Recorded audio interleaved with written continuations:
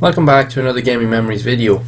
Here we are taking a look at circuit breakers for the PlayStation 1 that was released around 1998. My first experience actually with this game was actually on a demo disc. I used to usually buy the monthly demos on the UK PlayStation magazine.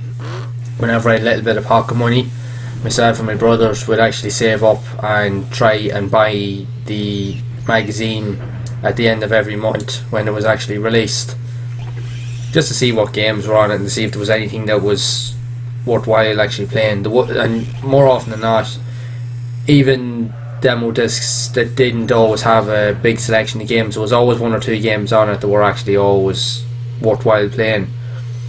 And I do remember actually playing this for the first time on one of those demo discs. I actually really enjoyed it. I do like these type of style racing games because it really heavily reminds me of Micro Machines. I remember actually playing the Micro Machines 2 on Sega Mega Drive years ago, and I absolutely loved that game. I just thought that game was brilliant, so much fun. And getting to play this here now was actually reminding me so much of that, and the fact is it was in 3D as well. It was quirky, it was fun, and like Micro Machine, very difficult. It wasn't an easy game to play at all, but still you had a good bit of fun with it. I like the visual style, like you're playing with kind of like toy cars and stuff. The game was very, very quick. It was very fast paced, so there was definitely, you had to have your wits about you when you were playing it, but that added to the fun with it as well.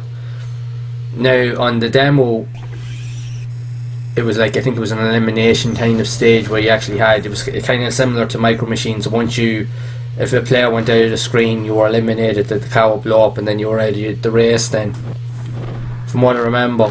But it was I think it was just one of the game modes that was actually in it, but you could do your normal race mode, your time trials, and you could play multiplayer as well. So it is actually a fun little game to play. And there are quite a few of these type of games on the PlayStation, and I have to say now, I definitely enjoyed this one. It was actually really cool. So the demo, I have to remember, like, I definitely played the demo for quite a while. I actually played it for a couple of months on and off. You were always trying to better the lap times, better the scores. You were always actually trying to win the races. I do remember actually winning a few races a few times actually, even though you only had access to one track. You did, the more you played it, the easier it did get, I will admit, but it was definitely a fun, worthwhile experience. The one cool thing that was very, very cool, you had access to power-ups, very similar to the likes of Mario Kart games on the Super Nintendo at the time, and those power-ups could actually help you get further. Like say there, you could use certain ones to actually get you ahead of the pack, or you could block opponents' attacks and so forth. They would actually always give you a bit of leverage, so that's what always added to the fun of it. It was very, very enjoyable. I remember actually myself and my brothers actually used to play this actually, and the boys enjoyed it as well, just as much as myself. And again, I was into racing games, so for me it was just a no-brainer. Like any type of racing game where I could have a bit of a laugh with it, and they at least had a bit of competitiveness to it, and that offered a bit of a challenge, I was usually all in. It did take a bit while to get used to, but again, like, because I'm quite familiar with these type of games, and I did used to play them a lot, so it didn't take long for me to figure things out. But again, it still was tough to play. It really was.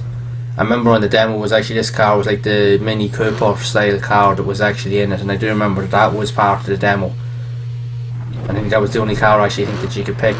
Now the tracks that I'm playing actually here wasn't in the demo. I think you have to play through the campaign in order to unlock different tracks and different vehicles and so forth. So the track that was actually on the demo that I played, from what I remember, was very different to this here.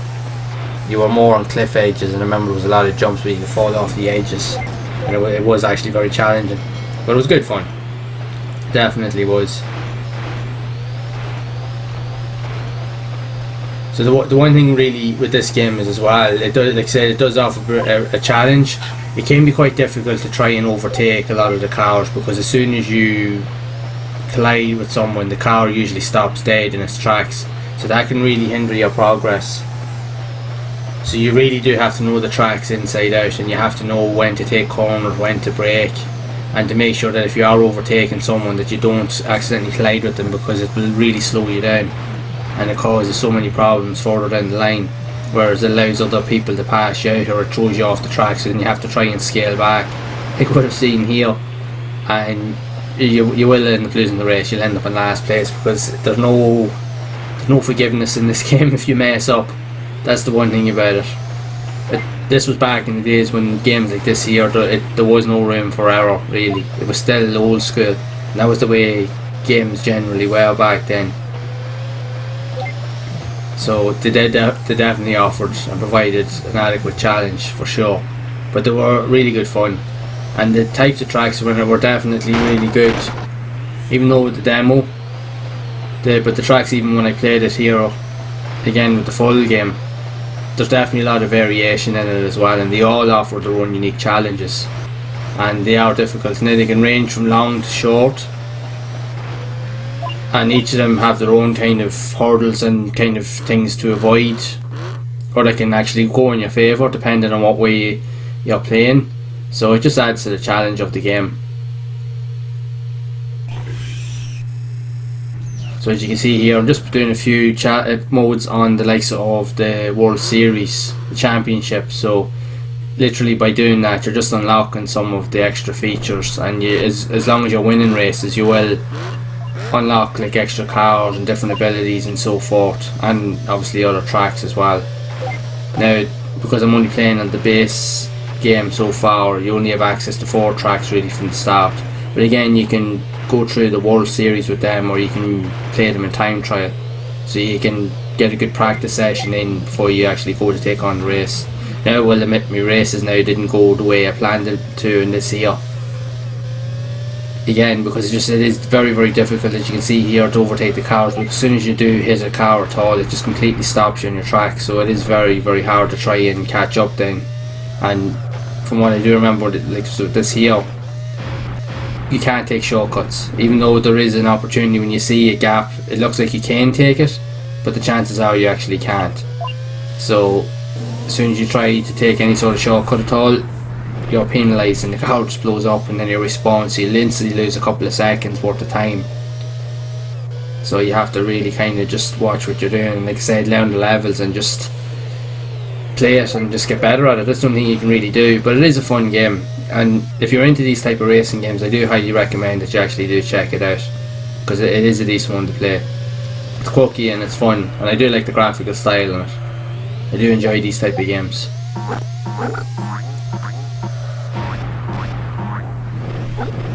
So that's it for this short video of Circuit Breakers. What did you think of it? Have you played it back in the day? And if so, what are your experiences of it? Make sure to share it down in the comments below.